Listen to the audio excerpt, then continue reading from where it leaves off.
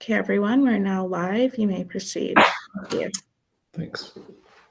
Good morning, everybody. I'm Chair Barry Bialik, and I would like to welcome you to the January 6, 2022 Affordable Housing Advisory Committee meeting. All committee members and staff are participating virtually. We appreciate your patience as we work through committee meetings a little bit differently. We're streaming live on our Virtual Engagement Hub, which is accessible through the Virtual Engagement Hub link on the front page of the city website and also linked on the committee page. We also have an option for the public to listen and comment live by phone. Please dial 855-925-2801 and use meeting code 7663 to listen in. For those of you out there with us today, welcome. I'll now go through and introduce all the committee members who are participating virtually. Please make sure to mute your microphone if you're not speaking. When you have a question or would like to speak, unmute your microphone. Please remember to mute your phone, option *6 after you are done speaking. Committee members, as I call your name, please say a quick hello. Scott Adams. Hi, good morning. Scott Adams, Urban Planner with Land of Sky Regional Council. Margie Bukowski. Good morning, Margie Bukowski, Weaver Cook Construction Company. Joe Eichelheimer. Good morning, Joe Eichelheimer with the National Center for Housing Management. Chris Day. Good morning. I'm Chris Day, a local civil engineer with Civil Design Concepts. Brandy Woodard. Good morning, Brandy Woodard, Asheville Housing Authority. Babs Phillip. Good morning, Babs Phillip, local realtor. Happy New Year, everybody. Good year. Andy Barnett. Good morning. I'm Andy Barnett. I'm the director of Asheville Area Habitat for Humanity. And then I'm here, of course, committee members. I haven't seen join are Dwana, Paul Heathman, Zakia Bell Roger, or Brian Methan. Any of y'all out there? Nope, thanks. And also joining us today is City Councilwoman Antoinette Mosley. Welcome. Yeah, Barry, I don't know if you saw it or not. Paul sent an email that he's not feeling well. Yep. Yeah, Paul sent an email. He's not feeling well, and then Brian also sent an email in that he's on the West Coast and timing wasn't working out. So, all right, great.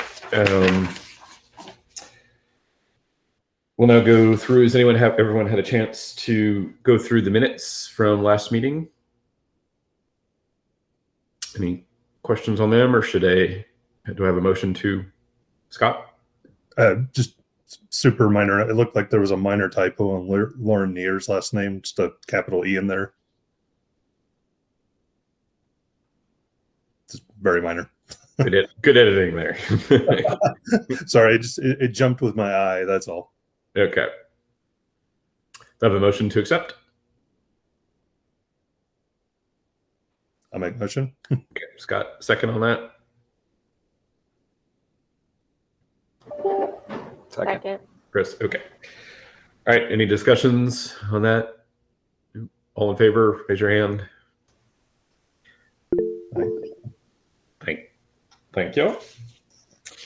All right, so we have a few community development updates, but the majority, we have a presentation from the Office of Data and Performance. It's going to take up about 45 minutes, so we're going to get to them pretty fast. I just wanted, Nikki, do we want to do their presentation first, or do you want to go through a discussion about some of your updates?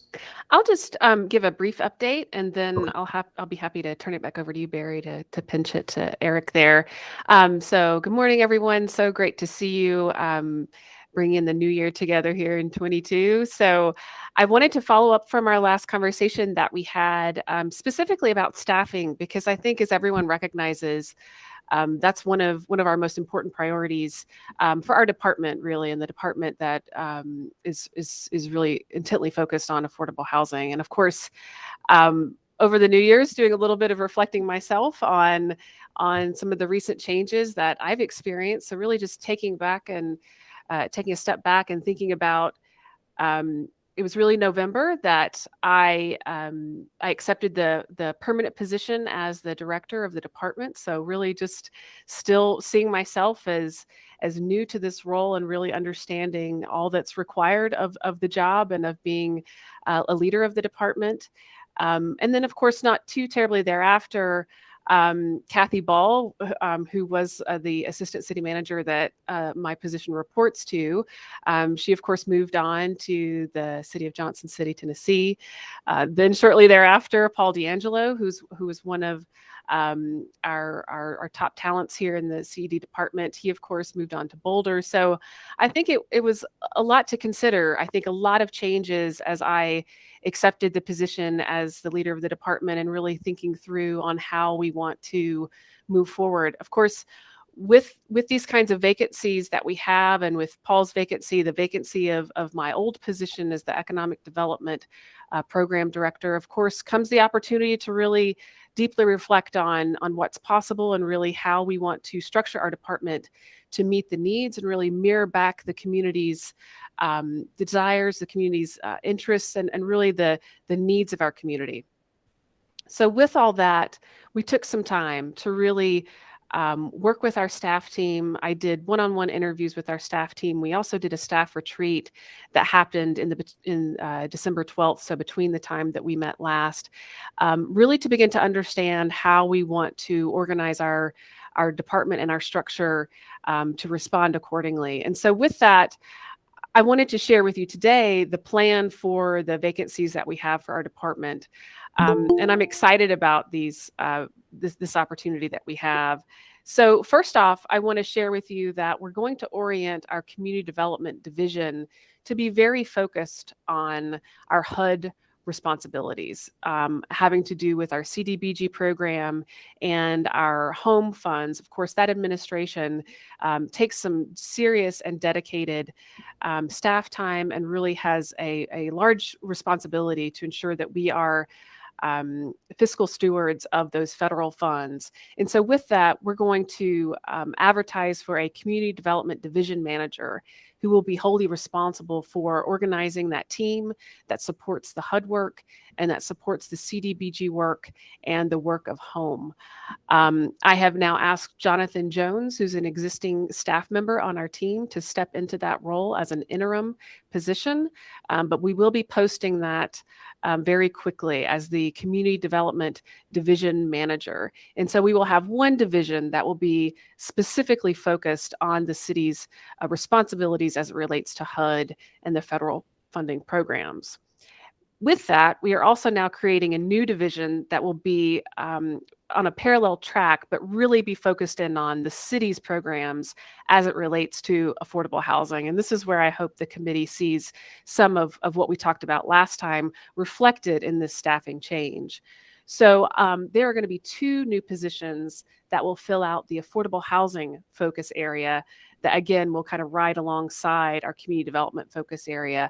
And those two positions will be the affordable housing development officer. So hopefully that, again, reflects what we talked about some last time about the need to have a position that was intently focused on affordable housing in our community. So having an affordable housing development officer lead that division will be super important as we move forward. And then that officer will be supported by an affordable housing development specialist, which I hope may have real estate experience and or financial pro forma experience to really support the work of the affordable housing sector. So if you remember last time, we talked about we had 3 vacant positions in our department that resulted from my promotion as well as Paul's departure and then another vacancy that we had. And so I hope you see that this is really reflecting around how we want to reorient our department towards meeting the needs of our community with respect to affordable housing, but then also focusing on how to support our role in the federal programs as well. And with that, we also have our equitable economic development focus area. That's where we have our business inclusion office, our economic development specialist, our real estate function, as well as our CALA function. So that is just kind of a new structure for that team to have an equitable economic development focus, as well as a 4th focus area, which is our continuum of care, which is our homeless services area. So just a brief update. I think what you all may see first is that you'll see the Community Development Division Manager be advertised as quickly as possible for hire. And then I will finalize those job descriptions for the Affordable Housing Development Officer and the Affordable Housing Development Specialist. And we'll work on hiring those as quickly as we can. And so just wanted to basically allow the committee to hear this and to know that one of my priorities as a department director is to listen as well as to be reflective of community priorities. And so I'm hopeful that this sounds good to you all, but I'm very excited about these changes. So I see some hands popping up, so I'm happy to take questions. Scott? Andy was first. Andy? Thanks, Scott. And thank you, Nikki. This is really exciting and a great step forward. And I really appreciate this this vision for staffing. My question is around the two job titles that you named in terms of the folks who would be working on our local housing programs. Both had housing development in their titles. And I'm curious where that leaves programs that are not around increasing the supply of housing. So things like down payment assistance or tenant-based assistance, and those other sorts of housing preservation, affordable housing preservation, those sorts of things. Is that assumed in that job title, or how does that split out? I certainly appreciate that, and I mean, maybe that's something to consider, because I'm very much tied to the idea of having this be an affordable housing officer, because I think last time we had mentioned how we need to have some gravitas with the role, right, to ensure that we are putting forward the notion that this is a prominent position and will be responsible for carrying out the vision and mission as it relates to affordable housing. So I certainly hear that. This role will be responsible for the affordable housing bond program, as well as, and that includes, of course, the down payment assistance component within the affordable housing bond, as well as our land use incentive grant, our conditional zoning processes, our fee rebate processes, as well as potentially our housing trust fund as well. So thinking about this role as anything that is a city directive. And so if that moniker, the development component, does, it will be inclusive of all of those things, as you mentioned. But I'll think on that in case that is a little misleading. I'm happy to kind of reflect on that and see if it seems like that would be a simple shift. Affordable housing officer could be something that really then meets that. Okay. Scott? Yeah, thanks for the brief overview on that. I have two questions. One, does the division have a working title or name? And two, what's the plan to integrate those positions with development-related departments within the city, primarily planning and urban development, or urban design, and development services department or division? I can never remember which one it is. I think it's a great question. And I think what I'm calling it right now are focus areas. So, focus area division is somewhat interchangeable. And so really just calling this an affordable housing focus area. And so, and I've had conversations with Ben Woody and Todd Oklachaney, who are the respective department directors of the two that you mentioned, really wanting to be intentional about how we collaborate moving forward. Because I think the way I really see affordable housing as a city priority, it's much like how we think about equity. I mean, when we started to think about equity, it was not just that it was a single department that was responsible for carrying out equity, but that it was something that became a part of all departments. And I know that as we really shift and continue to move toward ensuring that affordable housing is a citywide priority, one of my priorities as director actually is to partner with those departments to that end. And in fact, we already are. That's another part of the update, is that I'm working with Sasha Bertunsky, for a while now. We've been working in partnership with Planning and Urban Design on projects. And so Sasha is actually going to be stepping in and doing some project management on behalf of our bond program during this interim time as well. So that's another update, is that she'll be primarily focusing on the 319 Biltmore project. So really, our close proximity, we're here on the 5th floor together. We have a great working relationship, but that's just one instance of how we'll continue to partner with planning in the future. But I totally wholeheartedly agree that having the strong partnerships with both DSD and now I'm seeing water too. I mean, I'm hearing from the committee that even the water department, there's a really large role that the city has within the frame of development, and we need to be cognizant of all the different ways that we could have an impact on affordable housing. So beginning with planning and DSD, but also continuing to understand the true scope. And quick follow-up, with these two positions, or at least the development officer, be placed within TRC, Technical Review Committee? I haven't thought that far ahead. I know part of Paul's responsibilities absolutely was he was in attendance to the TRC committee. So thinking about how to strategically align this officer. I mean, of course, being that partner during the conditional zoning process was namely what came to mind. But I think that would also include having that interface with the TRC committee. Thanks. Margie? Vicki, I have a question. Officer, that is not something you see that often at the city. I mean, I'm manager, director, whatever, so I was kind of curious as to what does that actually mean? Is that a vice president? I mean, we're used to maybe some different titles, but and I wanted to know, are you looking to put your job, request? Hey, Margie, your sound's kind of funny. I don't know. When you put your job request out, are you looking for someone who has multiple years experience in this field?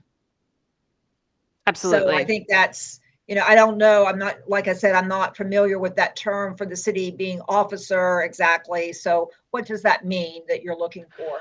Sure. And I thought, when I looked at the Durham, I think it was Durham or Chapel Hill, the framework that they had, and I saw that they have a affordable housing development officer. I thought that was a really good title to really, again, speak to the priority. Within the city, we also have roles such as our chief sustainability officer, our chief information officer.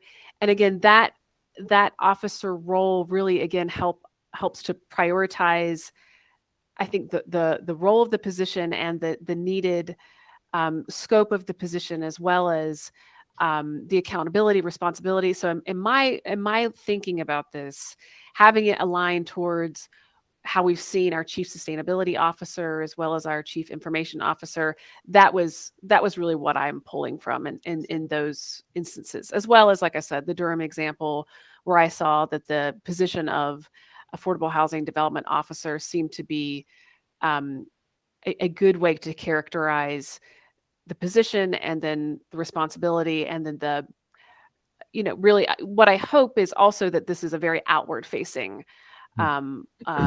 position. So, much to the extent that we saw Paul D'Angelo, of course, one of his greatest skill sets was in his presentations, within his ability to garner awareness around the issue. And so that's another component to the need for having a title that reflects that.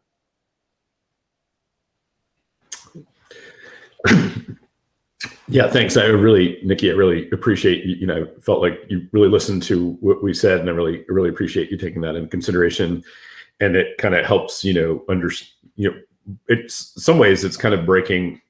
It removes from Paul's old role, that old title. It kind of removes some of the oversight it had, and then almost splits that into kind of two separate roles. Or absolutely, I think Paul and I partnered on the affordable housing bond together, and so it's kind of reflective of that. So it is kind of breaking the the breadth of what Paul had focused on, from all the way from the HUD programs to the bond, and breaking that in half effectively, and having the HUD, the CDBG programs, the home programs. I hope most of you saw that our application went live in December. And that process is now underway, with applications due February 4th. And that's an annual process, right? So there's a lot of management that occurs just around that HUD component. So having a dedicated staff to that was a really best practice that we saw.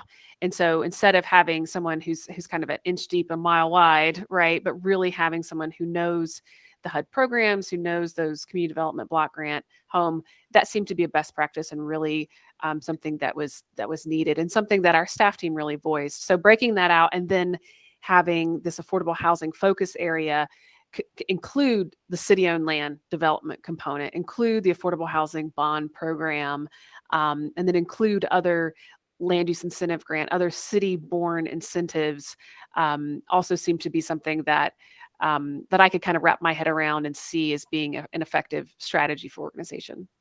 Cool. Did I hear also? Did you share that that your department also, there's something moving? Like, was it Civic Center moving out from under your department?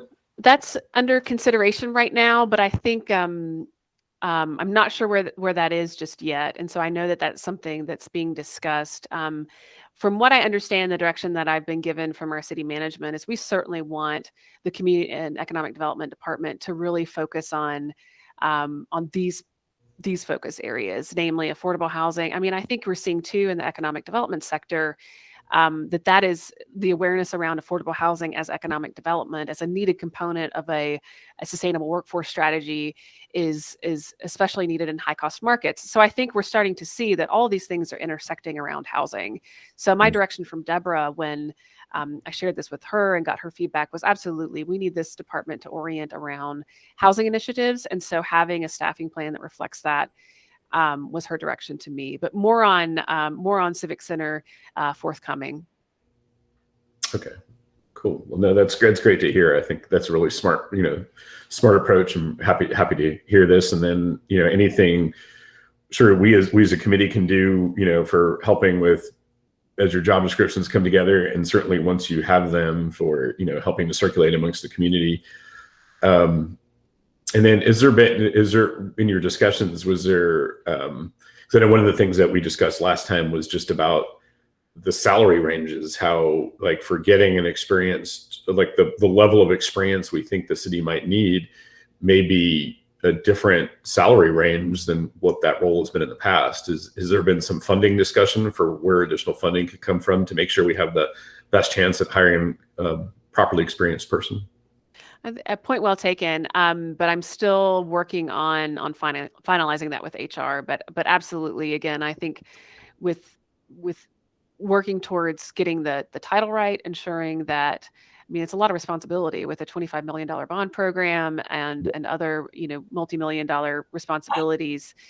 I think we're going to be able to make that case, but more to come on that. It's a very specific process that we're working on with HR, but I certainly hear you on that.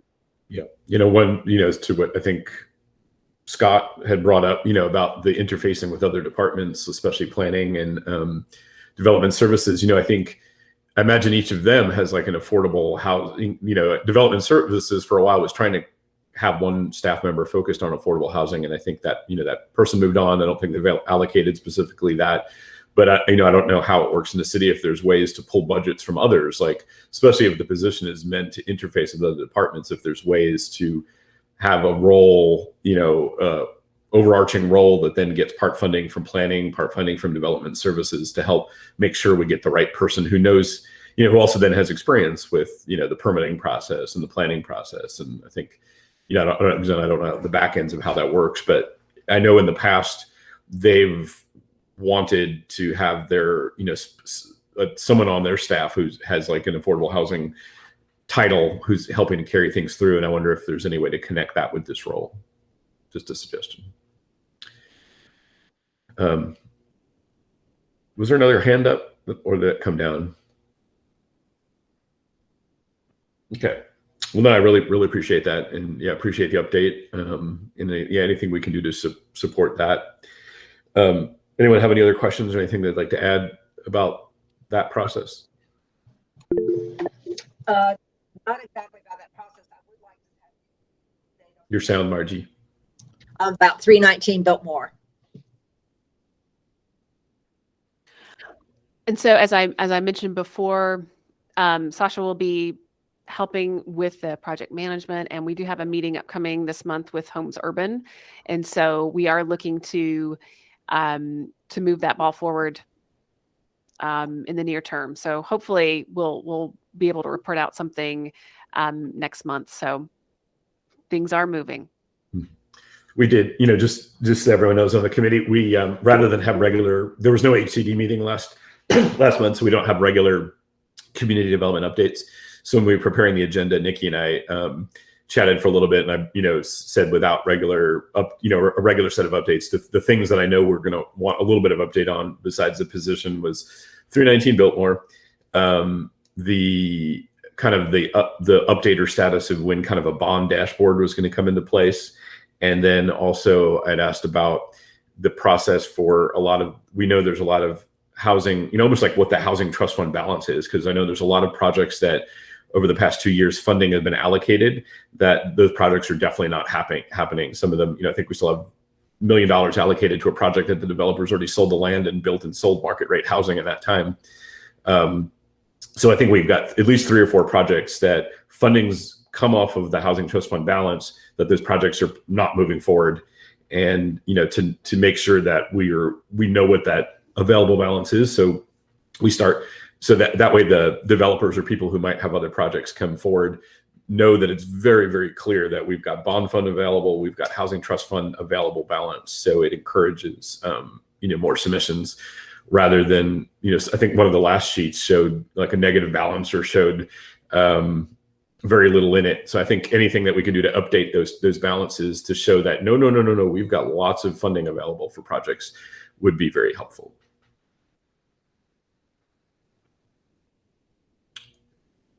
Great. We can put that on a future agenda. And so I certainly appreciate it. I mean, I think the committee recognizes, like, my priority has absolutely been to develop a staffing plan and to develop that infrastructure before we can begin moving projects forward. So that has certainly been the priority since our last meeting. So, but we'll work on structuring a future agenda item to reflect on some of these requests. Okay, cool.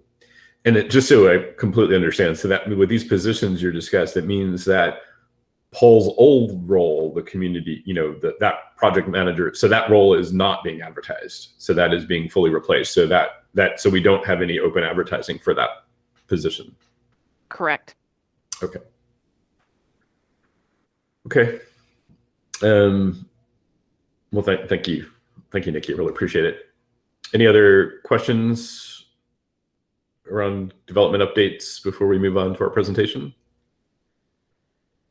Nope. Well, thank you. So next up, we have a presentation from the Office of Data and Performance. I think we've got a couple members from their team online, so I will turn that over to y'all. Thank you.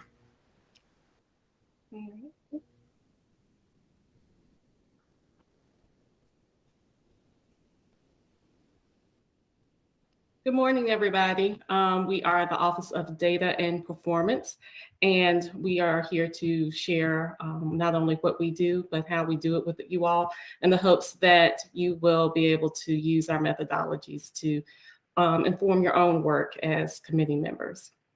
We've got a brief agenda today. We're going to, again, discuss who we are, how we work, some of our current projects, and how you can apply this work, and hopefully have time for a bit of discussion. Let me go back a little bit. I jumped the gun somewhat. I want to introduce everybody. I'm going to allow our team members to introduce themselves and their roles. Good morning, everybody. My name is Eric Jackson. I use the pronouns he, him, his, and I manage the Office of Data and Performance. I've been with the city in the IT department for about 5.5 years now. I am Natalie Bailey. I am the Data Communication Specialist for the Office of Data and Performance, or ODAP as we call it internally. I have been at the city. This is my second go round. Initially, I was in the city manager's office from 2010 to 2013, and I returned back in March of 2021 for this role. My pronouns are she, her, and hers. Hi, my name is Cameron Henshaw. I use he, him, his pronouns. I'm the performance analyst in the Office of Data and Performance, and I'm new to the city, though I've been here a couple months at this point. And yeah, it's nice to be here. So again, we've got a brief agenda going over who we are, our mission, how we work, and what our current projects are, and how you can apply our methodologies to your own work. So I'm going to turn it over to Eric to discuss ODAP's mission. So mission statement is there. You all can read it. I want to kind of emphasize a couple of pieces of it. And the first is that word empower. From the beginning, we're an office of 3 people. We've got additional support within the IT department. But our role is not so much to be the place that does all the data things, but to really be the team that kind of helps empower both people in the community and all of staff to be able to make better use of data for decision making and improved outcomes. And we'll talk a little bit about kind of what that means in terms of how we work. And the second is really, what is this for? And it really comes down to making sure that we're delivering the results that we commit to, and that we're doing that in an equitable way. So we want to make sure that we are able to say, here's what we're doing, here's the outcome we expect, here's how we're going to tell whether we're succeeding. And one of the themes that runs through all of our work is that if you're doing that well, that's actually the best possible foundation for good communication, both internally and externally with the community. You want to go to the next slide? So as I said on the previous slide, this isn't just an internal function. We are talking about both the community and staff. And in fact, as you can see in our long-term goals, we actually kind of think of this in 3 buckets. And I'm going to work backwards and hand over to Natalie for the first one. Part of our work is completely internal. We're really about building systems. Some of them are very technical, making sure that we've got accurate, up-to-date data, that we've got good governance around that. That's very much ODAP staff and IT staff with an internal focus on how do we support the use of data in the city. Then expanding out a little bit, we're really also talking about all of city staff. And what we want to do there is make sure that all city staff are able to use data effectively in their decision-making and their communication, and that there's kind of a consistent focus on outcomes. And then that first one is really, we want to make a difference in the community's ability to advocate for themselves. And I'll let Natalie talk a little bit more about that. Our work, our mission really is about public service that is community-centered and using data to improve outcomes in the areas that Eric just touched on. It ends up leveling the playing field and ultimately improves the quality of life for everyone that lives and works here, and which is ultimately our goal. So how do we work? How does ODAP work? I'm going to focus on the first 2 bullet points, and then I will turn it over to Eric, but we focus on primarily public engagement and then reporting. So that means developing a standard way to report to the public that is grounded in data. And we focus on creating this standard way of reporting by using a common language, a standardized language, and reporting the data and our findings in the same manner to all stakeholders in the community. And we do this as doing our work through the lens of equity. We want to make sure that everyone receives the same information in the same manner. And that goes to our efforts in transparency and our commitment to it, but it also goes to relationship building or reestablishing relationships with certain sectors of the community that we might have lost touch with. The second sub-bullet point, creating ways for the community to participate in defining success of programs and services. That is beginning with the end in mind. And the community is the expert on their quality of life. And they know and should be able to advocate for themselves to tell us as city staff and as public servants what is working, what doesn't, and if their needs have been met. And so creating ways for them to do so and engaging with them has been a big focus of our work, particularly in our engagement efforts. The second bullet point of data-informed decision-making, we integrate data into all of our decision-making practices in the city. And most notably and most recently, we have done so within our last budget process. And so I'm going to turn it over to Eric to give you a bit more information on how that was done and to finish up this slide for us. So what we're really talking about here is getting people on staff in particular to change how they do what they do. And most of my career has not been in government. I came from the startup world. But one of the first things I learned very quickly coming into government is that nothing happens sustainably in a large organization like this unless it's tied into standard processes that people are doing. You can't ask people to go off and do a one-off extra thing to add into their responsibilities, because pretty much everybody on staff has got more than enough to do. And so the budget is the premier example of a process, and we've been working, this is our second year collaborating closely with the budget department to find ways to bring data both into our evaluation of where our spending needs to be, and also then making sure that we're thinking about how we're accountable for the results of that spending. The next one, in order to do all of that, we really need to teach people. We need to build capacity. We're trying to empower people to do things differently, but it's a big change. This is not the way most organizations, it's not simply government. Most organizations, this is a change in how they do what they do, one that's kind of happening across all kinds of sectors. But we need to equip people to do that. So we have, I think, 12 classes for staff that'll be happening in 2022, starting with just basic introduction to data-driven decision-making and on into how do you communicate using data, how do you use data for equity and things like that.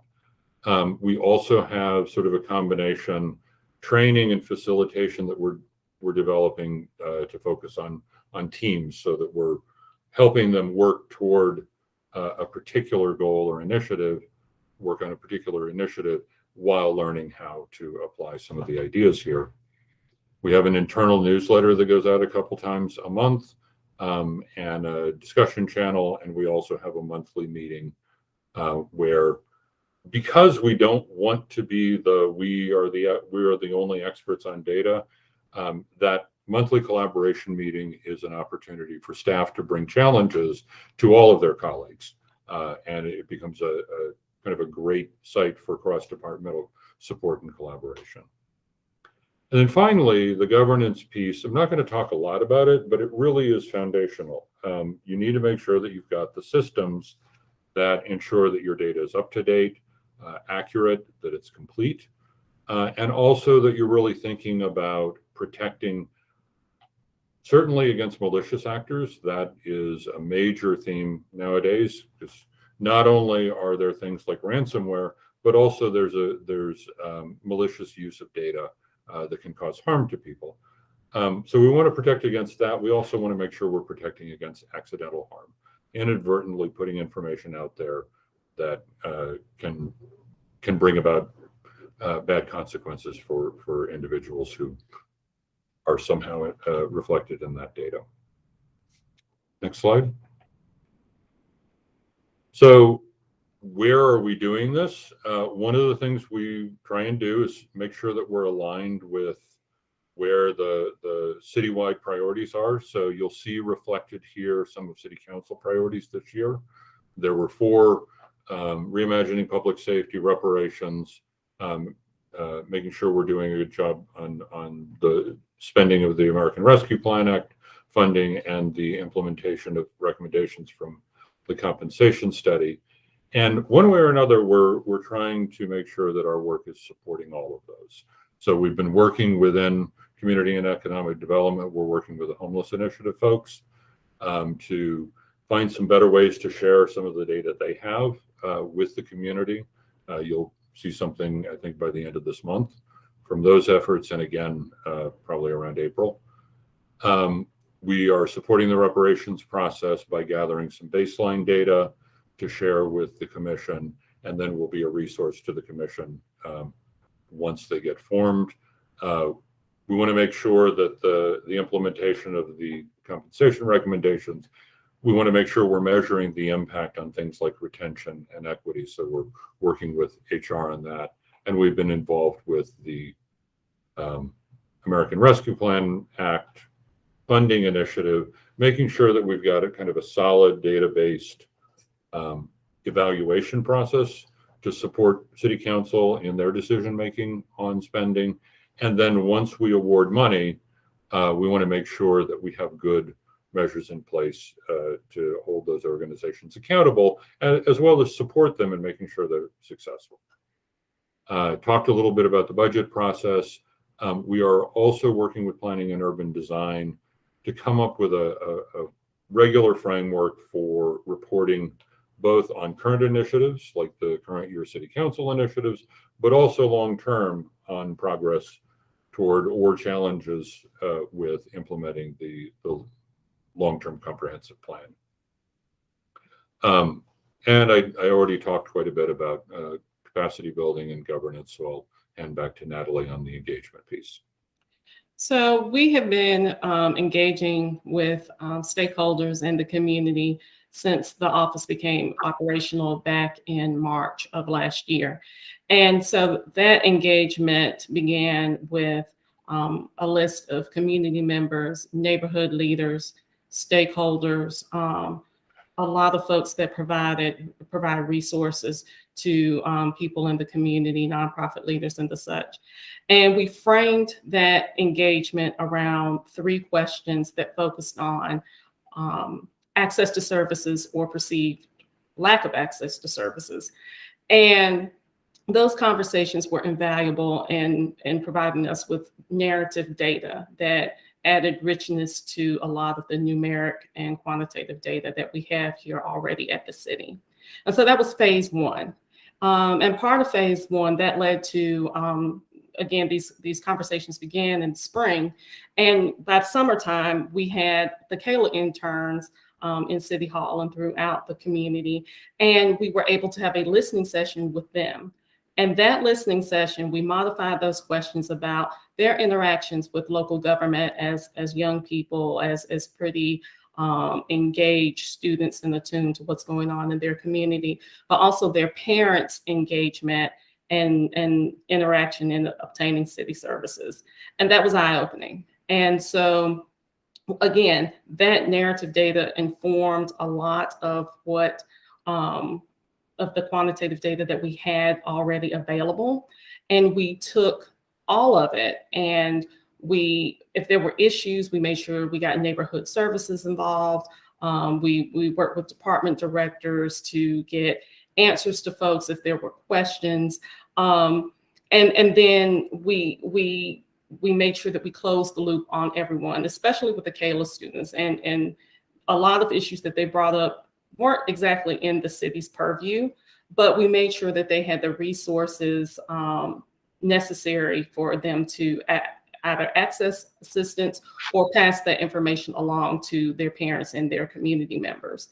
And so that evolved into working with you all in the development of this roadshow with our city clerk staff, and making sure that as folks who are engaged with the city on a deeper level and discussing policy and making suggestions and the like, that you knew that we were here, we were available and what we're doing, but also to let you know about the framework that we utilize and how you all can apply it to your own work.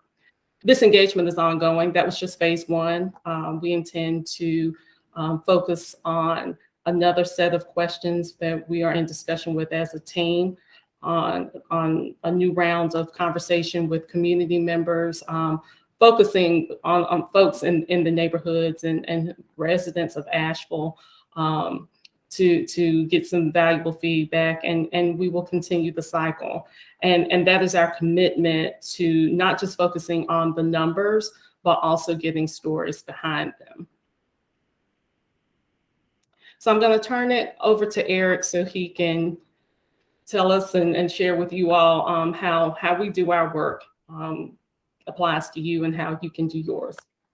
So it's all very well to say we're going to use data to drive decisions. We really need a kind of a disciplined way to think about how we're going to accomplish that. And what we do in the city, we've adopted a framework called results-based accountability. You may have heard of it. It's I think its use started locally in public health and extended into education. It's now used by the county, by us, as well as across the state and across the country. And really what it is just a simple, disciplined way to think about what are we doing, how do we want to do it, how do we tell if it's working. There were a couple of main reasons we went ahead and adopted in the city. One is, besides the fact that it's gotten some good uptake, both nationally and locally, regionally, it is also at the foundation of the racial equity toolkit that the city has adopted from the Government Alliance on Racial Equity. Results-based accountability, or RBA, kind of is the bottom layer of that racial equity toolkit. So that was how I got introduced to it. The second reason I was enthusiastic about this framework for thinking about things is that it is very kind of common language based and simple. It's not a lot of jargon. It's not a lot of things that you have to memorize and procedures you have to follow. It really is just kind of the simple process grounded in some questions. And I wanted to share, this is I've simplified all the way down from 7 questions, which are the full RBA, to kind of these core questions, where we start by thinking about what's the end that we're trying to achieve, what's the result that we're trying to achieve, whether that's how we want our community to be better off, or from the standpoint of a city service delivery, how do we want our customers to be better off? What's the result we actually want to achieve? Simple enough, but just the exercise of stopping and asking yourself that question and thinking about it deeply can actually be pretty significant. And then the second really critical step is to say, okay, now how are we going to tell if we're actually achieving that? How are we going to, some objective way of saying, yes, it is or it is not happening. And that may be, certainly you all know, the changes that you're trying to impact at the whole community level are really challenging and take a long time. So you also want to be thinking about interim measures. How do we tell that this program is achieving what we think this program should be achieving toward the larger goal? And RBA kind of helps us think about those 2 different levels. The next is to establish a baseline, and that's a pretty standard kind of performance thinking thing. Where are we now? What's interesting about RBA is that it takes it one step further and says, not just where are we right now, but what will happen if we don't change anything. So what's the trend going to be? I think we all know that the trend has been less than great in housing prices. If we do nothing, we probably expect that trend to continue. The reason we want to think not just about where we are, but where things are going if we don't change, is what we're really trying to do is turn that curve.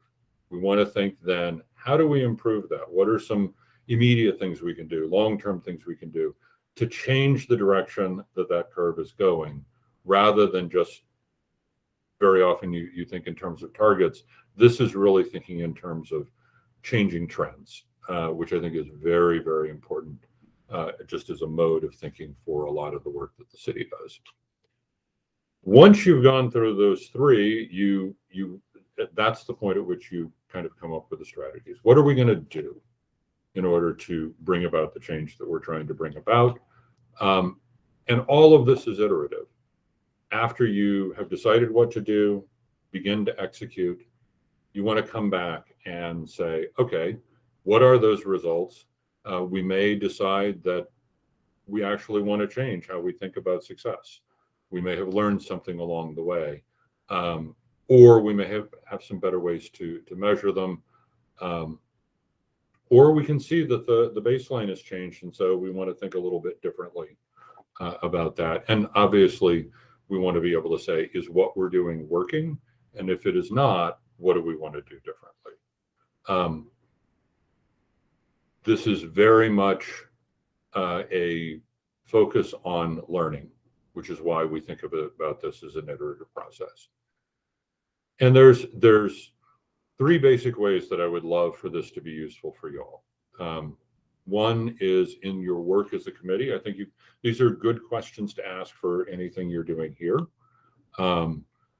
Getting clear about the results, how to measure whether they're actually happening, and really kind of focusing, as I'm sure you all do, on understanding where things are going and what it is you're actually trying to change.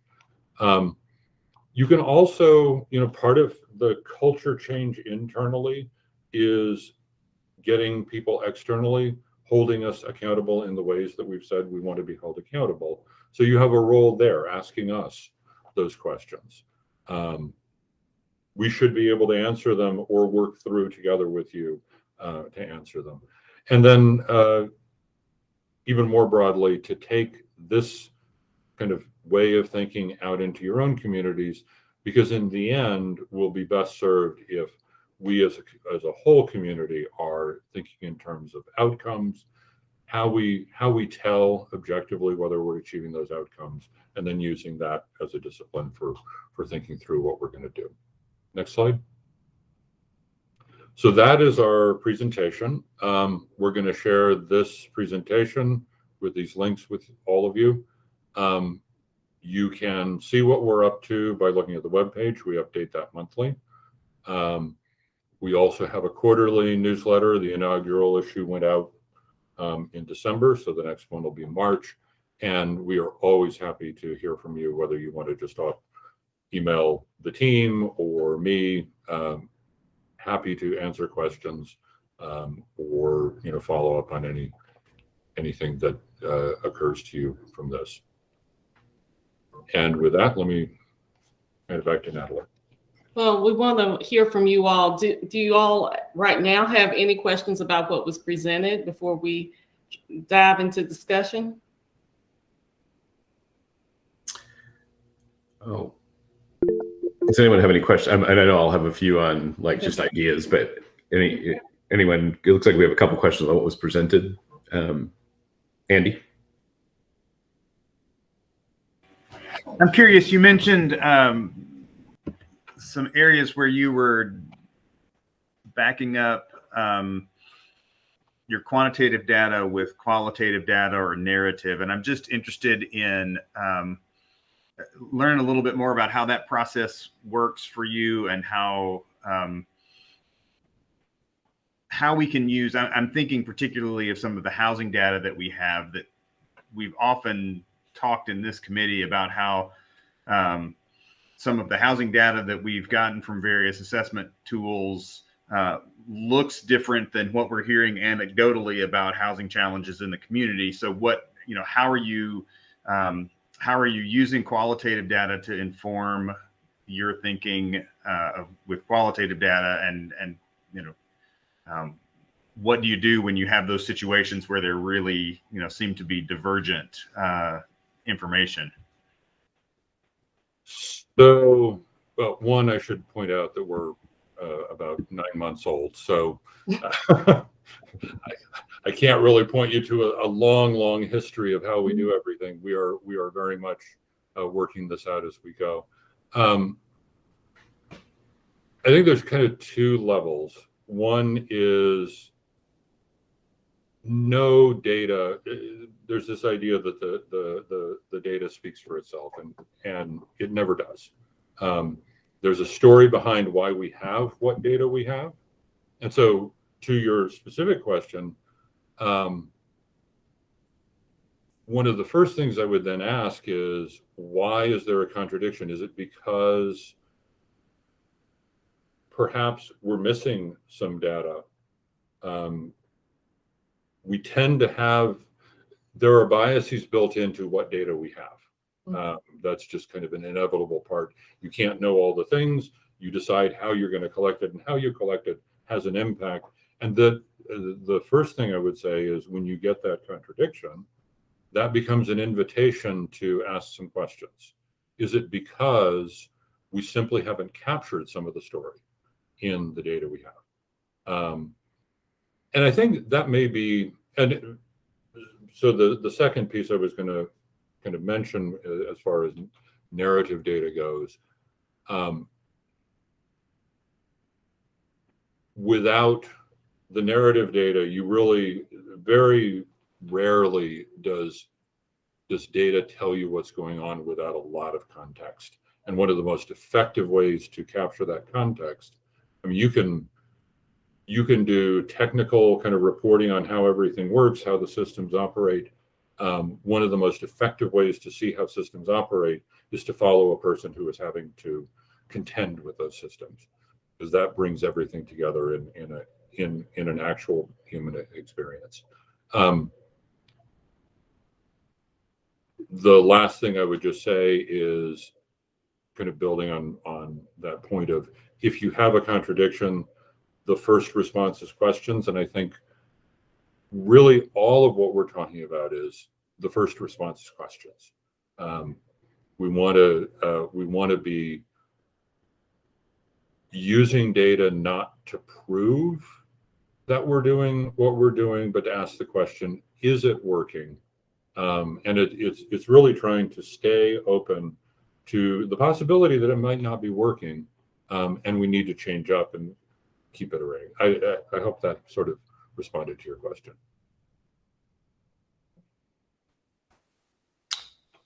Scott.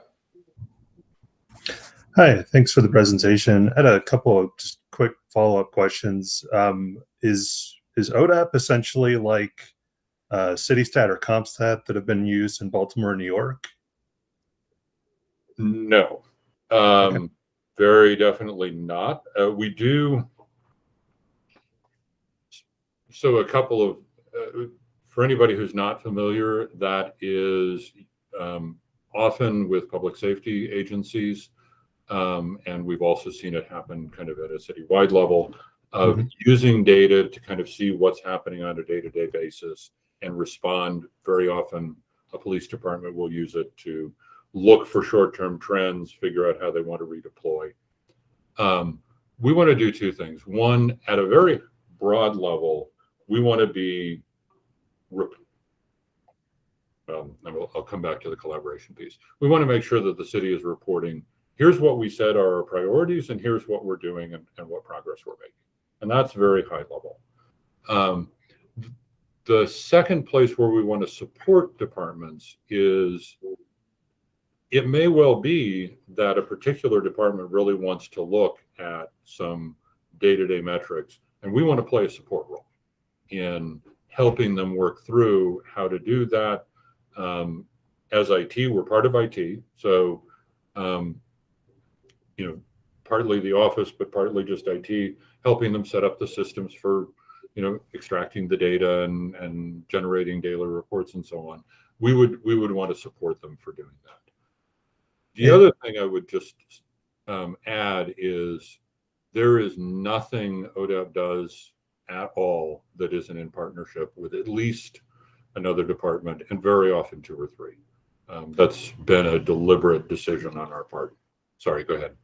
And I was just going to ask a quick follow-up question. What's your relationship between, or I guess with the city's GIS functionalities? I was just doing a quick search and just to get a quick check on names or who does what. I mean, Kristen McNamara Watts, GIS manager, Scott Barnwell, business and public technology manager, Kevin Himmel, GIS and application service manager. I guess in a nutshell, which one of those 3 people still works for the city, and what's the functionality or the integration of GIS, geographic information systems, for everybody that's not a geek? Right. So as a city, very little of what we do is not location based, right? Right. Some stuff we do, employee workforce metrics and so on, not so much, but pretty much everything else is. So both the ODAP and the GIS function are under Scott Barnwell. I think there's some weirdnesses in the division names not getting changed. The actual name is Business and Public Technology. We are trying within ODAP to build more GIS capacity just because we as a city need more.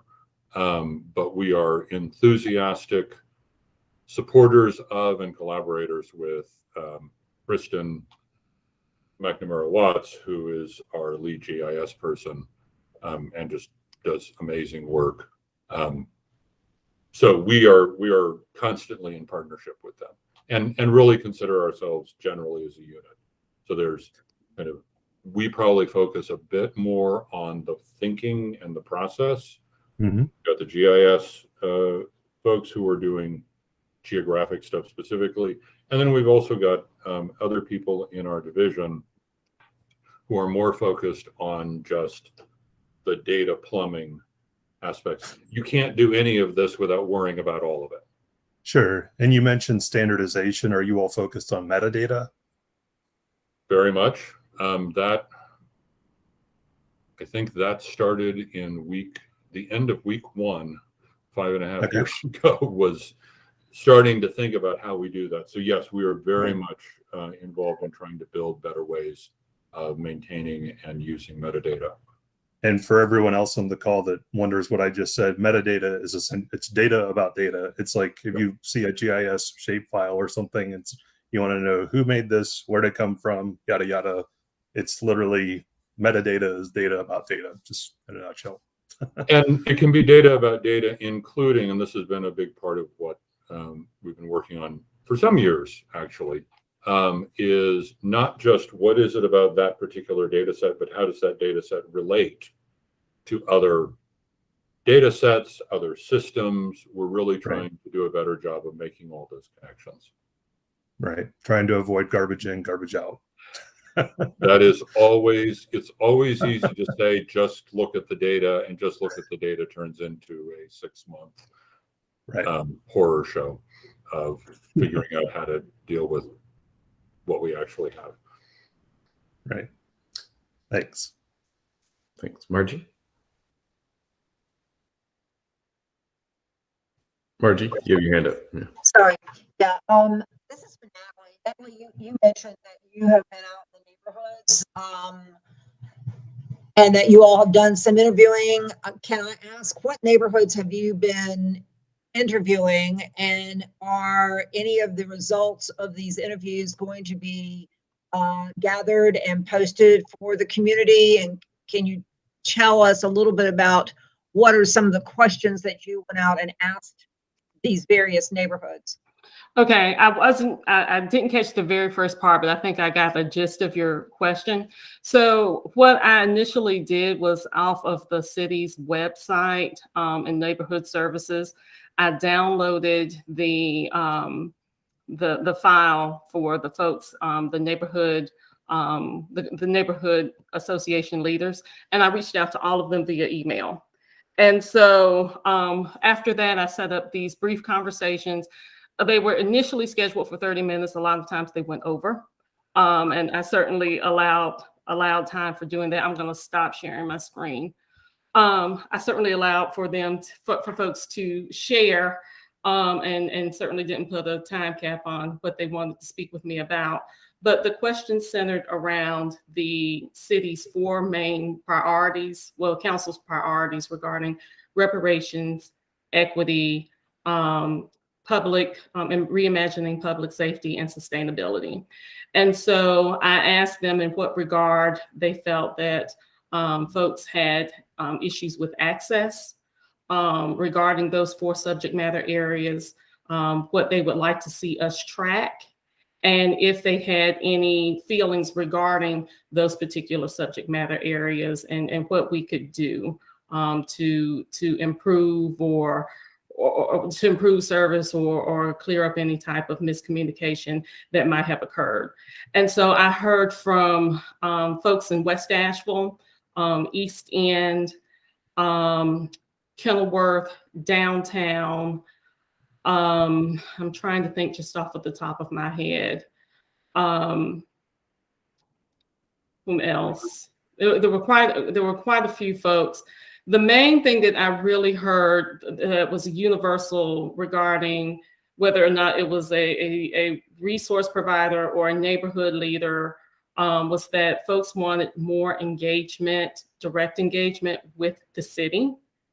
They wanted to be more involved on the front end of projects. And I think that, when speaking to staff, I think that a lot of staff go way out of their way to make sure, I know they go way out of their way to make sure they are engaging with communities if they have a project or initiative that will be taking place in their particular neighborhood or part of the community, or a change to a service or accessing the service such as Parks and Rec.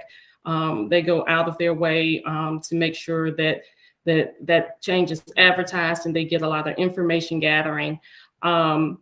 But still, there are folks that traditionally have been left out of that type of engagement, and that was reflected in the responses, right? And so you have folks that are in our formerly predominantly African-American neighborhoods. They were more likely to express a disconnect in being engaged with the city. Even those folks that engaged with the city, my particular neighborhood leader, on a regular basis, she still felt there was that perception that maybe she didn't have the type of responses that someone in North Asheville might have, and the type of experiences. And so that wasn't a surprise. Certainly, I can make those conversations available. That hasn't been requested. You're the first person to ask me that question. So thank you for asking. But it's something that I am cognizant of. I work in tandem with Eric and with Cameron in developing the questions. A lot of folks expressed with the Kayla students. Noticed and expressed issues with transportation access. A lot of those folks depend upon public transportation and things of the like. And so it really was about making sure that if we heard of an issue or a perception issue, that we either got that issue to the appropriate department, and then circled in and tied and closed the loop regarding the person that made the complaint or raised the issue, and made sure that they had the resources available to them to get it addressed directly and make those connections. And Thank you. Just to build on that, so there were kind of individual issues, but there's also kind of the broader theme. And I would say there are 2 that we are focused on as a city. One is kind of doing a better job of getting the information out there about what's going on. And that's an ongoing challenge, but one of the things, not so much about individual, so there's outreach for a particular project and so on, but also just how do we convey effectively what the city is doing and how it's going. And this is not something that ODAP does. This is something that we're working with the departments and budget to really do a better job of being able to talk in plain language about what we do and what the priorities are and what's going on with those. The second that also kind of builds off of what Natalie mentioned for some of the feedback, we know that complaint-based systems for requesting services tend to be inequitable. There are people who have more time. There are people who have more are more comfortable reaching out to city contacts. And so when things are driven by complaints, you tend to have some issues with uneven distribution of services. That's something we began talking about with all the departments, or the departments began talking about a lot last year as we did a very kind of equity focused budget discussion. And we are continuing to look at, okay, so how do we move from data driven, but that's an example, I think, of one of the things that I'm forgetting who it was that brought up the issue of the contradiction between what the data is telling us and what people are telling us. The data may be telling us that we're highly responsive to complaints, but that data may be missing a lot of people who are having issues who are not using that particular mechanism. And so it allows us to ask that question of, oh, okay, so how do we more equitably identify the needs rather than just depending on people to input something in the Asheville app or whatever it might be? Well, thank you. I really appreciate hearing about this. We, throughout all of, my time on the committee here and other parts of the city I interface with, I always feel we always talk about how data starved we are, about how, we always say, we wish we had this data. We wish we had this data. So my question is kind of to understand how much are the individual departments responsible for preparing their data, and where can you step in to assist? So, one example, two examples I'll bring forward. One is like connected to development services. When we want to know how many ADUs were built in the city of Asheville, there's not really a good data tool for it. Or how many, or here, definitely we've had lots of data questions from tracking bond usage data to housing trust fund data. So where does that connection come in? Like, what is individual departments responsible for? Where do you support them? And then what is the process for when people recognize, hey, I wish we had this data? How does that request come to where you can help them fulfill that? So I want to step carefully lest we be drowning, which we're already doing anyway. So it is really the responsibility. The departments own. There's two kinds of data, right? There's administrative data that the city actually generates. That is owned. I mean, it's city owned, but really the departments are responsible for that. And our role, and IT's role, is to help kind of identify better ways to. It could be anything from better ways to collect it, better ways to automate some of the systems behind it, better ways to report it out. And we've had two ongoing engagements with community and economic development around data. One, as I said, we are working with the homeless initiative folks to take the data they have and be able to automatically kind of keep it updated on a more regular basis on the website. That's more a data reporting. They've been working very hard to improve the quality of their data. It's not that hard to extract it from the system. It's more about how best to communicate it. We've also been working for a long time with the Business Inclusion Office, where the challenge is less about how do we present the data and much more how do we actually collect it. And that's a combination of ODAP and just general IT. So I think it would be for those internal data issues the department saying this is a priority for us because we can't, it's their data that they're working with. We can't do it without them. And then figuring out how to, we're very big on what's the least we can do to move the ball forward, because all of us are busy. And so making those incremental steps is important. I would say that the other area that we're thinking about a lot is data that isn't owned by the city. Almost everything we do has a ton of data that's not ours, and other players in the space.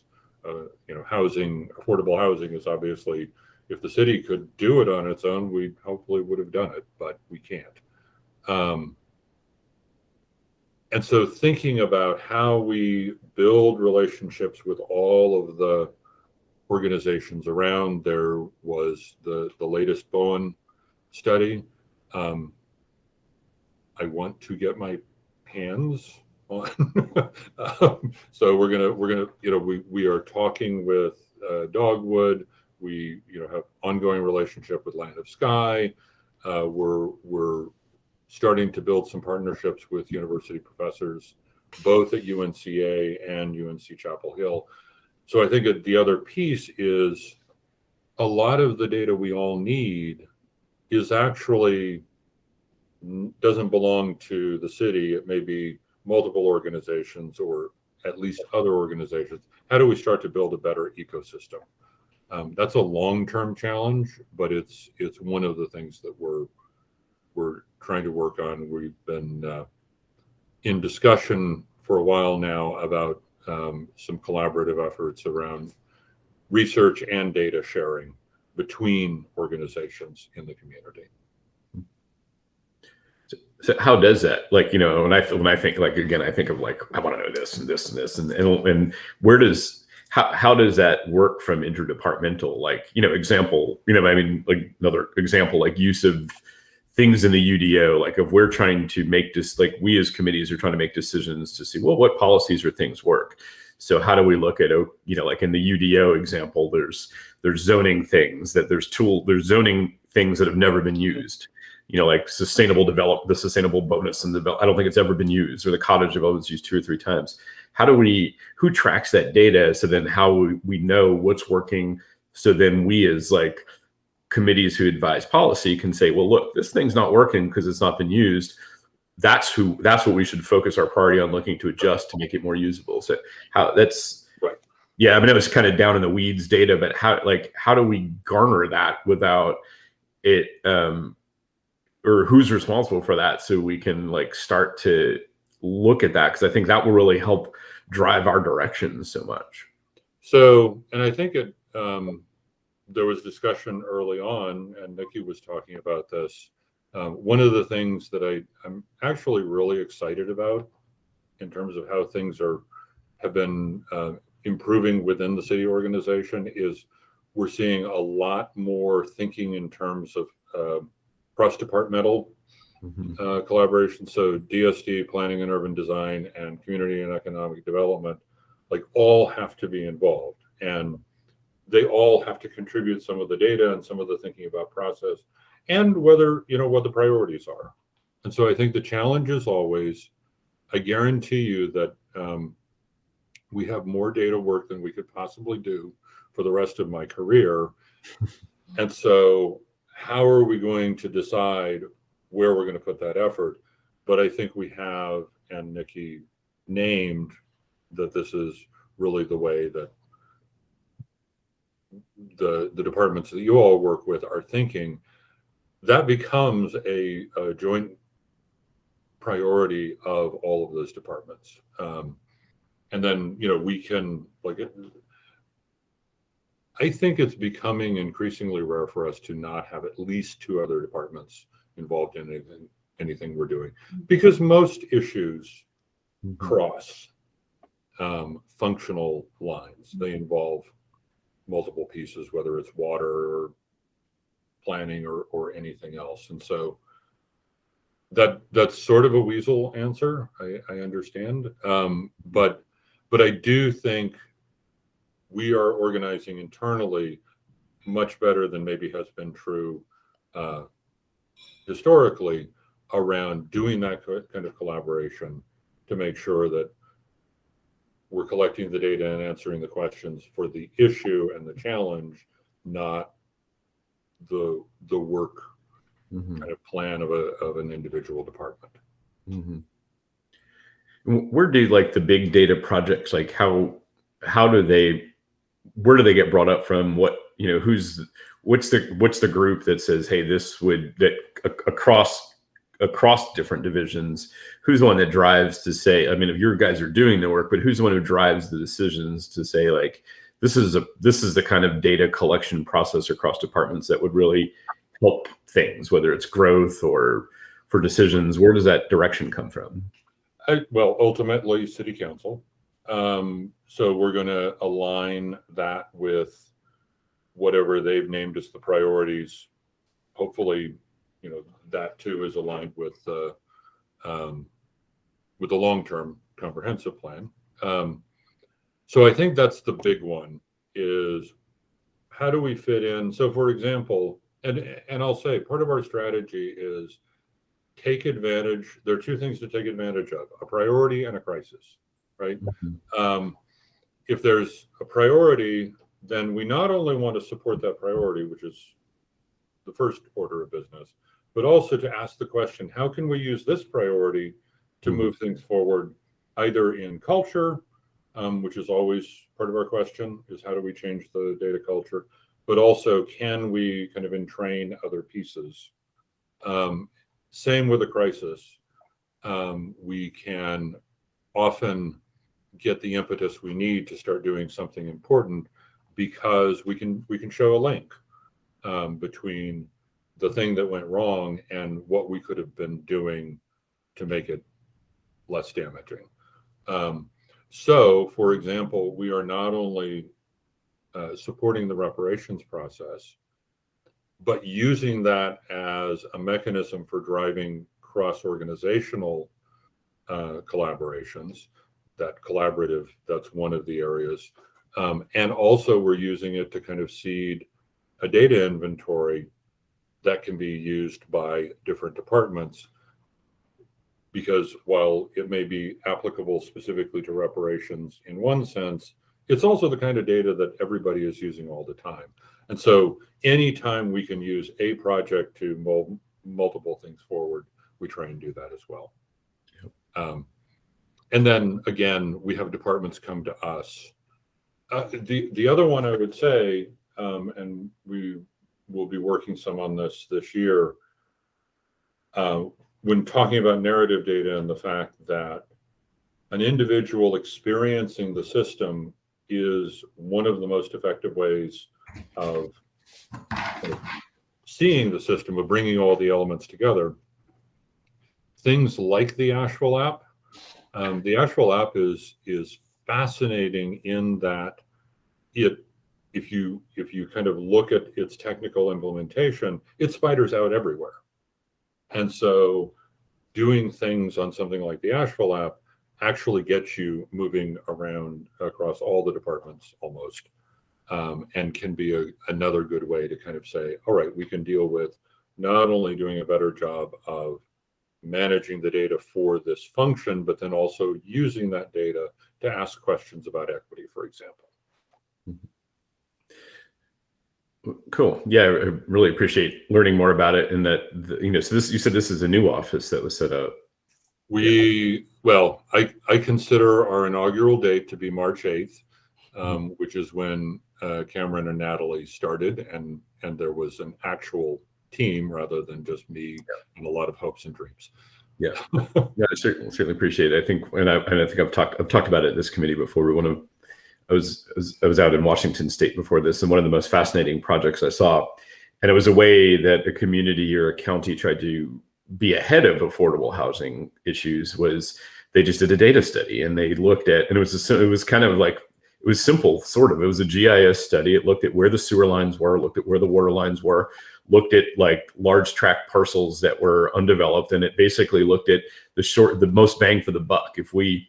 This is the parcels that if we look at the data, that if we extend the sewer line 500 feet, it opens up this many lots. If we extend, and it's like looking at the existing data, how to make really good decisions to avoid crises.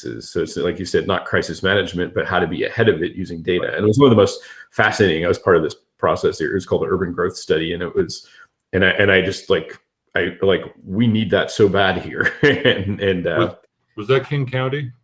It's actually Kitsap County. Okay. Yeah, I'm more familiar with King County stuff, but yeah. And that is, and we've been talking internally in the city just about augmenting our GIS capacity to make sure that we can do more of that sort of work. Yeah. Okay. Well, super. Thank you. Really do appreciate this. And, I think this is an important presentation. It's good to know your office exists. And I think I'm going to be recommending a lot of department heads talk to you. So I know you're busy, but I think I've got our development services advisory group meeting next week. And boy, I can think of all the list of data that I wish that they had. So, well, thank you for letting us have some of your time this morning. Really appreciate it. Great. Well, thank y'all. All right. All right. Well, thank you, everybody. So let's see. We've got about a half hour left. Can you just fill, Cynthia or Angelica, someone just fill me in. How many, we have callers, we have some public comment, just so I can budget time. How many callers do we have on the line? I saw some emails coming back and forth about having some live callers, just so I know how much time to budget. So far, we just have one person in the speaker queue. Okay. One person, and I think we had, was there 3 total public comments I've seen, like that were letters sent in? Yes, I believe so, that Christina had sent out. Okay, great. All right. Well, thanks, everybody. I think that was a very valuable presentation, and I think we'll all kind of lean on that a lot in the future. So, some of our unfinished business, I want to kind of try to get through pretty fast, just because we have about basically 20 minutes. I want to leave a full 10 minutes for public comment time. So our task forces, I think we're still continuing our meetings. I think our builds meeting next week. Connect, not sure when your next meeting is, but I'll just share. Those committees are in work. We don't have to spend much time on those, but we do have our meetings. And again, our build focus is to kind of put together this develop, kind of a developer guide, like a guidebook for what are the issues and how we can kind of encourage projects. Is there, Andy, anything from Connect you want to kind of share from the updates? I saw you've read some of the notes from the past meetings. Yeah, we spent a good bit of time in our last meeting looking at a couple of things. One being, as we were thinking about recruiting it for the open seat on this committee, kind of looking at the charter of this committee and making sure that we're clear on what we would be, what we're asking community members to do as they step onto this committee, and have some thoughts there that I'd like to discuss at some point, not today where the agenda is quite so tight. The other thing we spent a lot of time talking about, and that we're likely to take on as a subcommittee, or would like to at least have some more discussion around, is the equitable development scorecard that I shared after last month's conversation. I think it fits in really well with the conversation we were just having about data and how do we define the results that we're looking for and know whether we're getting them out of the projects that we're funding. So we'll leave it there for today, but like to explore that a little bit more with the full committee at some point. And we're meeting again the second Friday of January, I think. Okay. We did. Just connecting with that. I'll connect that. So the applications were due sometime in December for our open seat replacing Amber Banks, who resigned, and it was pretty light. Like most, I think there was one application that was in October and one in December, and then the rest were all from applications we reviewed from a previous seat. So it was kind of light. So a lot of it was really looking back at those who had applied for the last seat. And so we made, and it was kind of, so I had to make, I did have to make recommendation to city for boards and committees, they wanted it by the end of the year. So I tried to look at like who would fill at least like kind of Amber was kind of the tenant role, or someone who lives in affordable housing.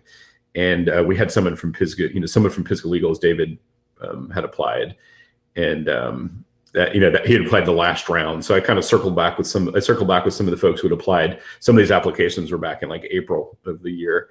So I circled back with some folks to make sure they were still available, or some didn't live in the city of Asheville anymore. So it's a little limited. So I think we should have, bring up the discussion you talk about, Andy, because we do have, I think come September, we have a couple of seats that are going to be open. So we should really look at being very intentful with what we want to fill them, and then the reach out for them. I don't want to get, I think the next, let's see, Luigi.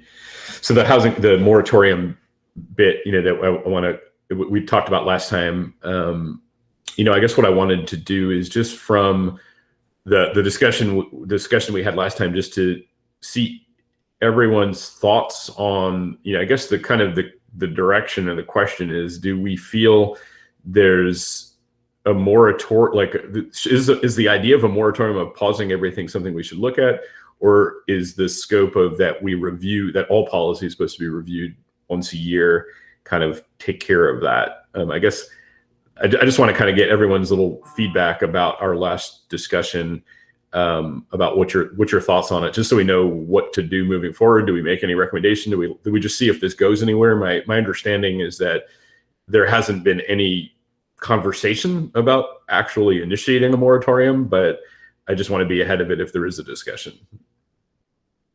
So I guess what I'll kind of just ask is, I'll just kind of ask each of you, we'll just call you by name, and just share your thoughts about whether the moratorium discussion that came up last time, and if we think it's something we should be seriously exploring and keep on agenda items, or do we want to just wait and see what happens with this? Scott? Yeah, I listened to the discussion on the moratorium, or taking a beat, pause, whatever you want to call it. And the only, I guess, real question that I had coming out of that was, is the process, I guess it's a question of, is the process basically good versus being perfect? Whatever, if it's good, and you want to just keep working through that while it's still actively going on, that seems reason enough to not take a pause. But I guess that's kind of my question on it, just kind of the classic letting perfect be the enemy of the good. Okay. Andy? I still have a lot of questions about what that would look like before I feel like I can weigh in on this committee taking a position in support of it. And I think the two that come right to mind, one would be, are we talking about projects that are we including both local investment as well as our investment in projects as investment of federal funds that the city controls? So would be, for example, be holding off on the upcoming CDBG and home fund application rounds and those sorts of things? Are we just talking about and what are the consequences related to our consolidated plan to HUD and the CAPER reporting and all of that sort of thing that drives that HUD process? I think my other question is, if we are going to take, a beat on additional, new funds to projects, I would like to know, I think the design of the data collection, data analysis that's being requested in terms of the, kind of equity outcomes of the housing investments that we've made. I'd like to know that was, sort of all teed up, and, we just heard from the data office and their, their bandwidth seems like it's already tapped? Do we have the bandwidth to execute that strategy in a timely manner? If we don't, then I feel like this is one of those situations where we're just going to have to walk and chew gum at the same time, and do the data analysis, begin to put sort of the equitable development overlay into our decision making, do some of those things that we've talked about while we continue to move projects forward. In my mind, we can do that. My experience with data analysis projects that we've asked for in the past, whether that's the Bowen studies, the analysis of impediments to fair housing, some of those kinds of things that are standard processes, take longer than we think they're going to. So I think a beat quickly becomes a full measure rest if we don't, if we really don't kind of have that all nailed down before we implement it. Mm-hmm. Hey, Nikki, are you there? You bet. Yeah. Absolutely. Can I just ask, just so we know, has there been any, because it came up at HED, we discussed it. Has there been any, direction, any talk from city management about like if current applications come in for housing trust fund, are they being reviewed, or are there any new? But I guess my question is, has there been any guidance for like, whoa, because sometimes this stuff happens on the backside without us knowing. Has there been any kind of direction that's like, let's not quickly review applications, or has there not been any guidance like that? Just so we know, because we don't even know what we're talking about, other than something dropped at a meeting. Right, and to answer your question, there has not been any guidance from city manager, so we're still business as usual. Okay. To the best that we can.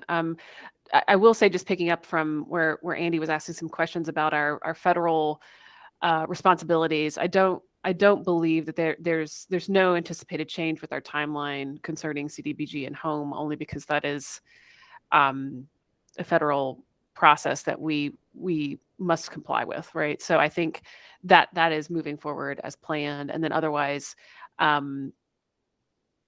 think we're processing our housing trust fund applications accordingly, and our land use incentive grant. Our biggest challenge really is just the staffing so far. But I know that the committee meets again this month, and so I think again, direction, of course, will either come through that committee upwards to council for full direction. But I'm uncertain as to what that agenda is shaping up to be for HCD this month. Got it. Have there been any new housing trust fund or Luigi applications? I am working on a Luigi application that came in over the holidays, and so that one is one in queue that I'm aware of. And so, but I haven't yet set any kind of dates for council review or anything like that. We've just received it. And housing trust fund, we're in process with both the Homeward Bound application is still on the dock pretty much, and for the Days Inn project, as well as the Haywood Street community development. We do anticipate a housing trust fund application from Haywood Street. Cool. That's as far as I know. There could be more, but that's at least the running list that I have in my mind of forthcoming applications. Okay, well, it's good to know there's no particular direction that's been said to pause. But I think that's what I'm just trying to, for the committee, what I'm just trying to get our just feelers out, is because sometimes things like this happen in, discussions that, or it could come up at HED and go right to council and not come through us. So that what I'm trying to do is make sure that if there is any discussion about this moving forward, that our foot is absolutely in the door, that we will be big parts of that discussion. So that's kind of why I'm trying to gauge everyone's interest on this. Chris, let's get your thoughts on this. Yeah, well, I appreciated Councilwoman Mosley's info at the last meeting, and I hope that what we heard today with the ODAP office and their goal of reporting this data on equity will help shape policies that we're involved with, as well as policies that where it can take City Council's goals and better shape as we move forward. Big picture, ideally, we don't remove the current policy that is helping a needed members of our community, but I agree that we need to find ways to incentivize the spectrum of affordable housing, not just 80% AMI, but those other spectrums. So I would like to find a way to keep helping those folks out, but maybe modify this policy or add other policies to further incentivize broader ranges of affordable assistance. Thanks. Brandy? I was not in the meeting in December, so Okay. I really Sorry. can't speak to that. Got it. Okay. Joe?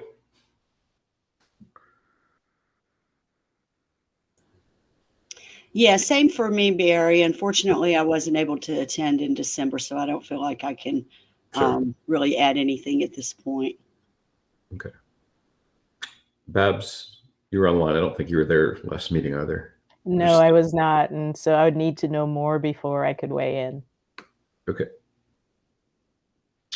Margie.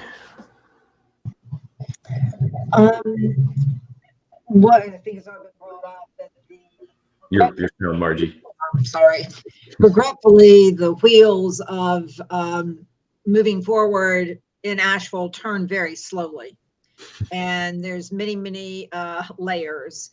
And it takes a long time for decisions to be made.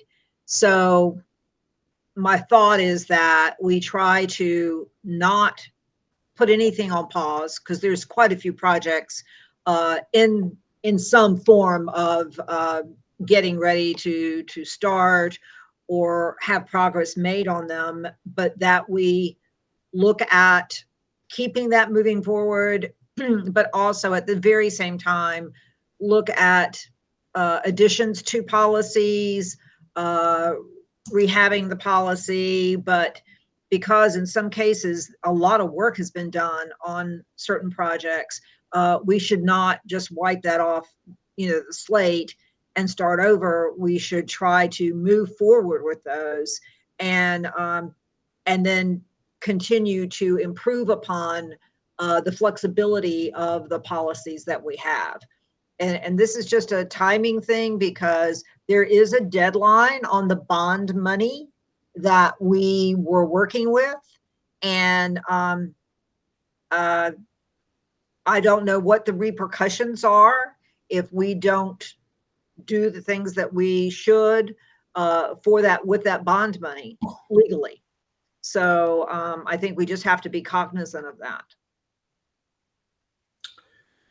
Cool. I think I've got everyone on the committee there. Well, thanks. Yeah, I mean, obviously my personal thoughts are, even though maybe our car moves slowly and our wheels are a little wobbly and sometimes out of alignment, I think a car that's moving still towards the finish line and still needs to be kept in motion. I would, personally, that's why I kind of look for like updating the housing trust fund, getting the bond dashboard very visible.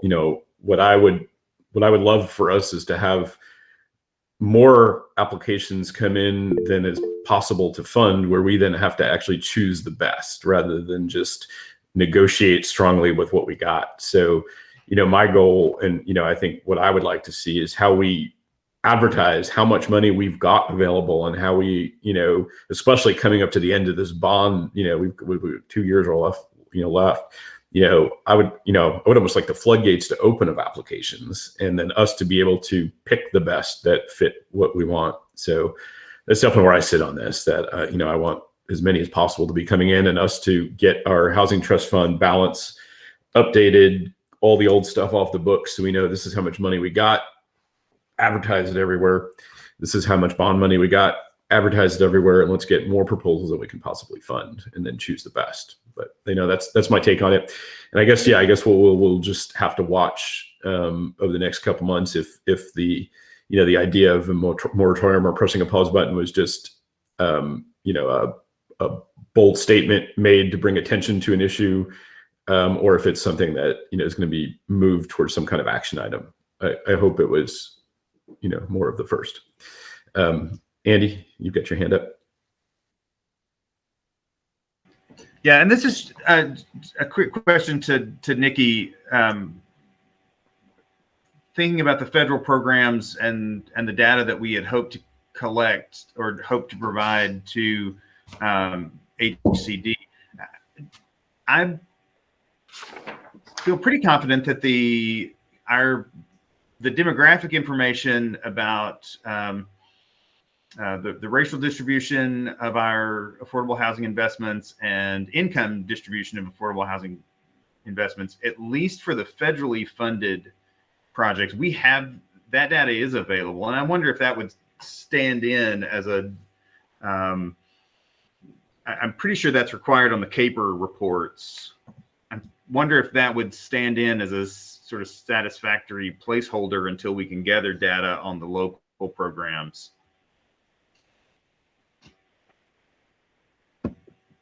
I think we can follow up on that. That's a good option.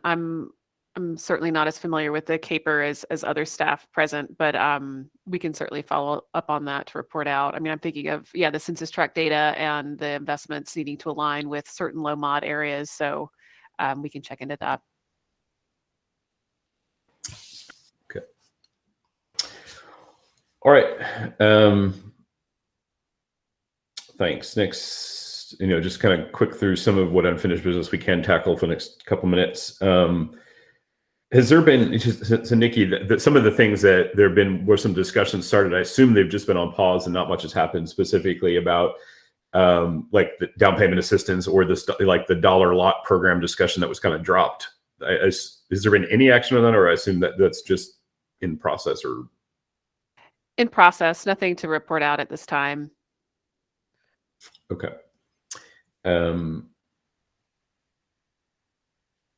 Okay, I guess one thing let's chat about for just real briefly, a few minutes before we open up to public comment.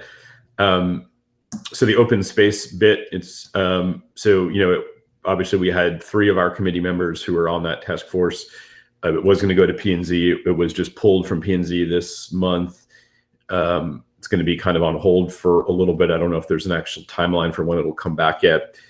The reasonings I've heard, it was pulled for 3 different reasons.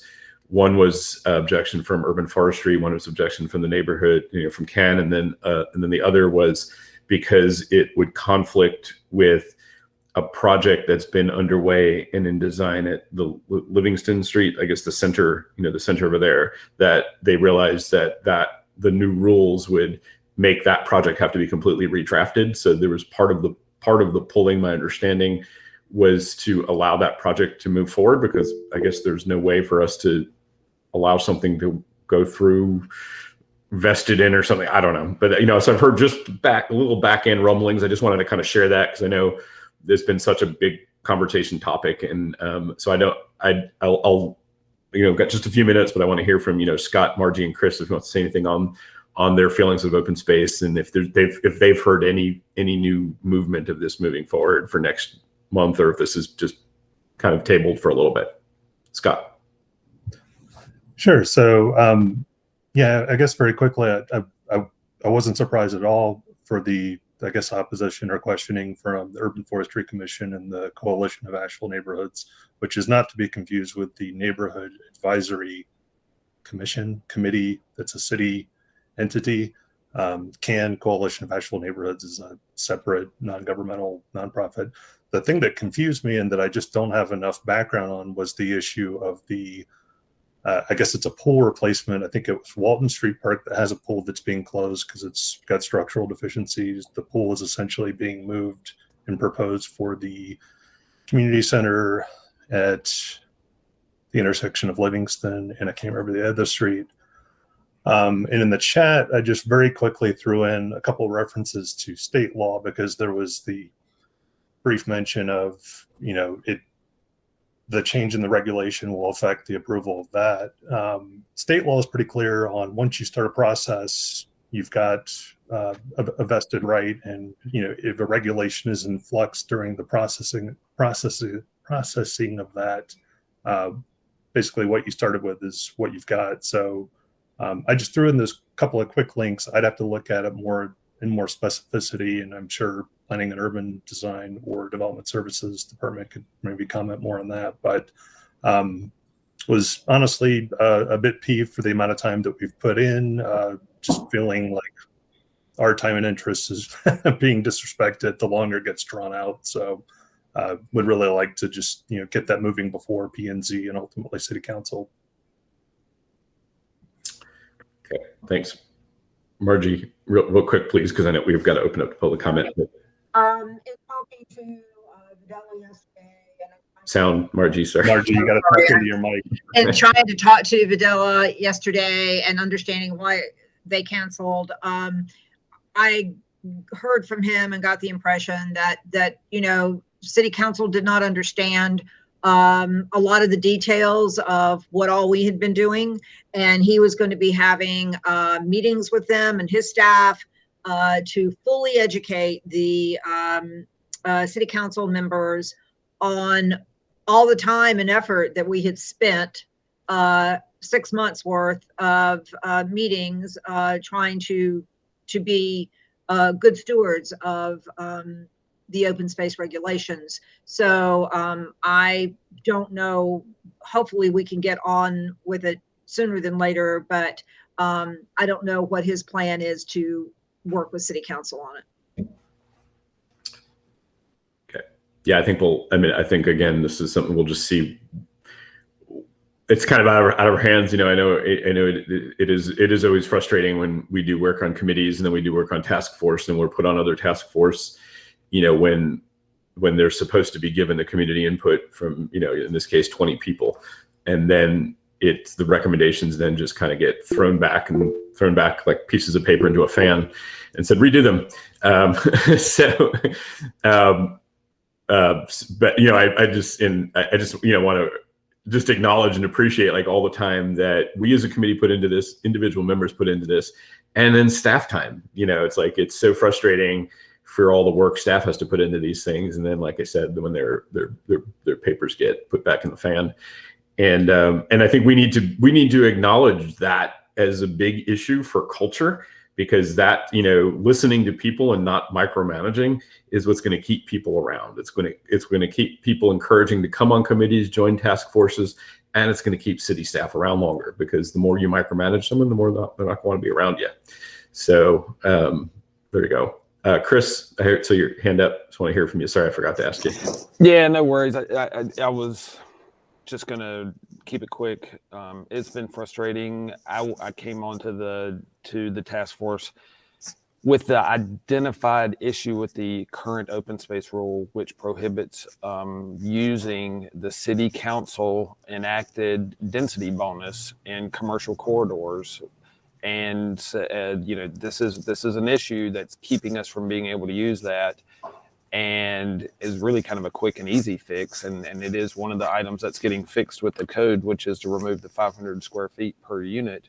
And but yet it's just the whole process has gotten completely bogged down and muddied, and it's frustrating. Cool. Well, thank you. And again, thank you for all being part of that task force and the other task forces. And thank you to staff for the time you put into all these initiatives and the work. We know it's a lot of work. And so pat on back to everybody. So callers in the queue, do we have one or two? We're gonna now kind of move on to, unless anyone has anything else they'd like to bring up right now, I'm gonna move on to public comment. Okay. What do we? We have one caller on the line. Caller, you have 3 minutes to speak, and I believe you should be in now. Please go ahead. Hi, this is Grant. I'm a longtime Asheville resident. I'm running for Asheville City Council, and I try to send in written comments about the open space amendment. It looks like the way it's arrived online and the way it shows up in your public comments is one big block of text without any paragraph breaks.